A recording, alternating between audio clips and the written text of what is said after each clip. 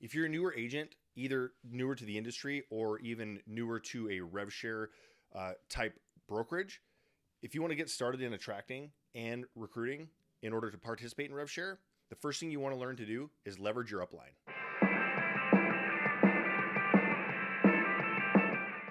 Hey there, welcome back to Brandon's Journey. This is Brandon DeVere. Thank you, as always, for tuning in and sharing your time with me. I do appreciate that. Hey, if you remember when I first started this journey of podcasting and videos I've been making, you'll remember that I went from it was documenting the journey from going from 600 agents in a downline to zero and tracking that to go back to 600. So I ended up leaving and starting over. So now I went from 600 to 120 plus, and then now I'm starting over again. It is a pretty good start so far.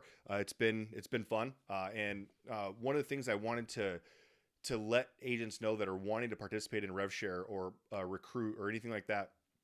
One thing that you really need to do is leverage your upline. And if you don't know what your upline is, if you don't know what that terminology is, it is the person who brought you in would be your first level of upline, and then the person who brought them would be the second. So you'd want to leverage them as much as possible. Like one of the things that we try to get our agents to do is, hey, just invite people and we'll talk about it. Like you don't need to know everything there is to know about a company in order to invite somebody to have us talk to them. And the point is, it's really simple. The point of rev share is very simple. You're rewarded for giving or for attracting somebody to the company. That's at its core. That's exactly what it is. That's all it is.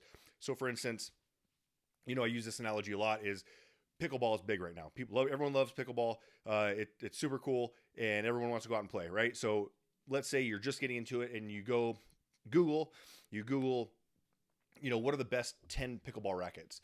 You're going to end up clicking on a link that's going to take you likely to an article that will tell you these 10 pickleball paddles are the best. So when you click on that link that says, okay, this is the one that I want, you're going to click that link. More often than not, it's going to go to Amazon. If you purchase that from Amazon, the person who wrote that article or the person who was the owner of that link is going to get paid a little bit of money because you were the reason that they purchased that. It's no different when it comes to rev share companies. You are essentially inviting somebody. You are essentially writing a blog and getting somebody to go buy the paddle, the best paddle ball or best pickleball paddle. So I wanted to kind of give that idea. So you don't necessarily have to know everything about pickleball in order to sell a pickleball paddle in that way. You just recommend it to somebody like, hey man, pickleball is awesome. I don't know every single rule about it. I don't know who founded it. I don't know what the country of origin. I don't know everything about it. But what I do know is that this seems to be the highest rated paddle, or these are the 10 highest rated paddles. And this is why they're rated that way. And now you get paid for essentially driving traffic to someone buying that paddle. So it's no different. It's you learning, you liking a company and you say, hey, you should check this out. They come over, we do the heavy lifting, and then you're able to have someone join and you are rewarded for that financially.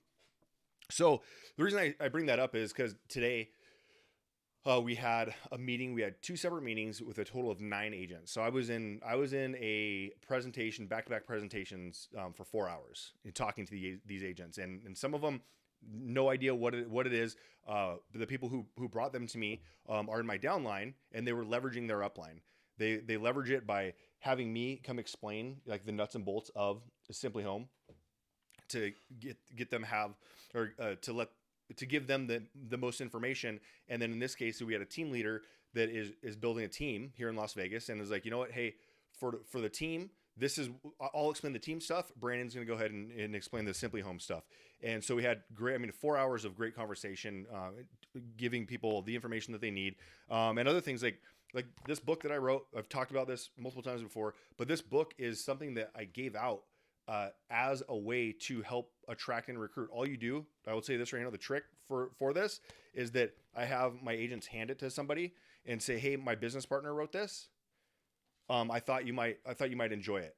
So a couple things it does is it edifies the business partner. It edifies their relationship with the author of the book.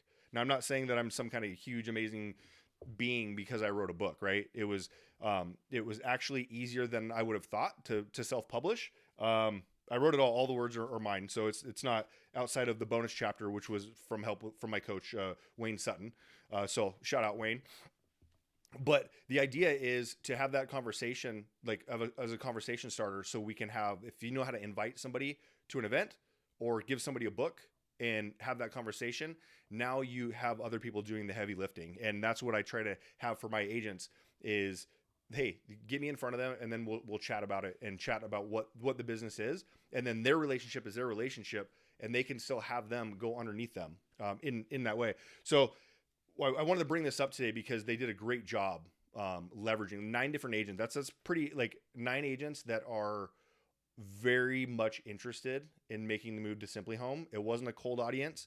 It wasn't, let's go run an event and tell them that we're going to be doing training on social media today. And in the middle of it, we flip it. And now we start talking about simpliHŌM. It wasn't that. It was 9 people who agreed to show up, partially because the person that invited them has built trust with them, and they can invite them in that way.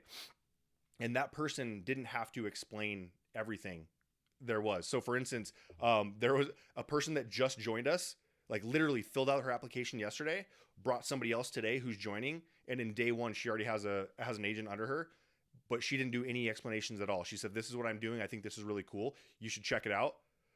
Her recruit showed up, saw everything, said, I'm in.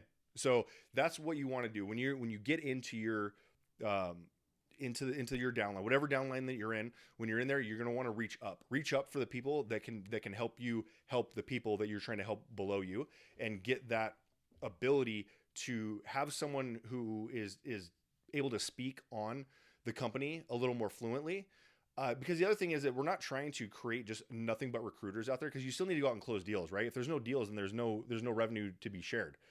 Right. So while you're out, we're not expecting agents to come in and just all of a sudden do nothing on real estate and just learn how to promote the company. That doesn't do anybody any good. So we would prefer actually that they know a little bit about the company, enough to know that they like it. Right.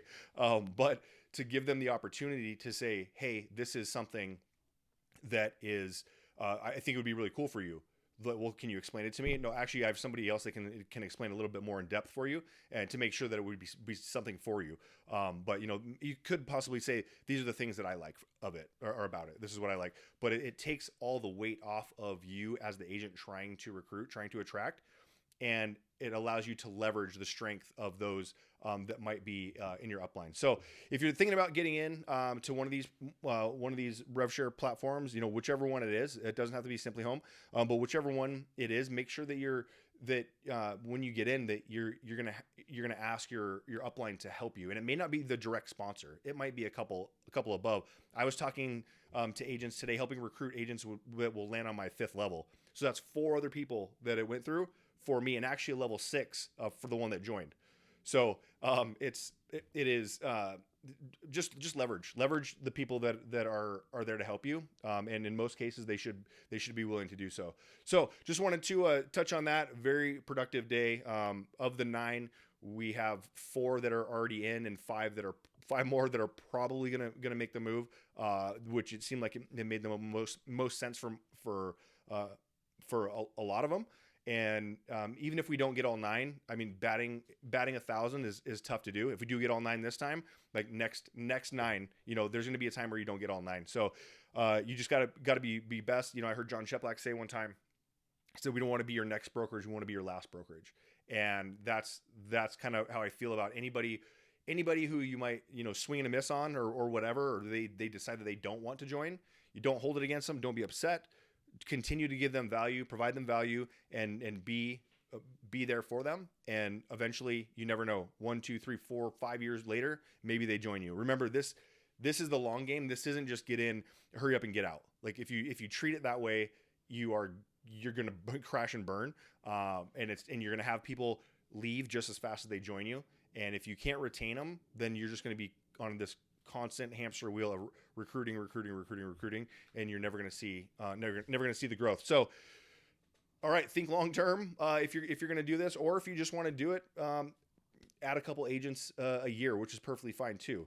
Always have somebody that can help you, or that you can leverage in order to get to those goals of yours. So I will catch you on the next one. Have a great one.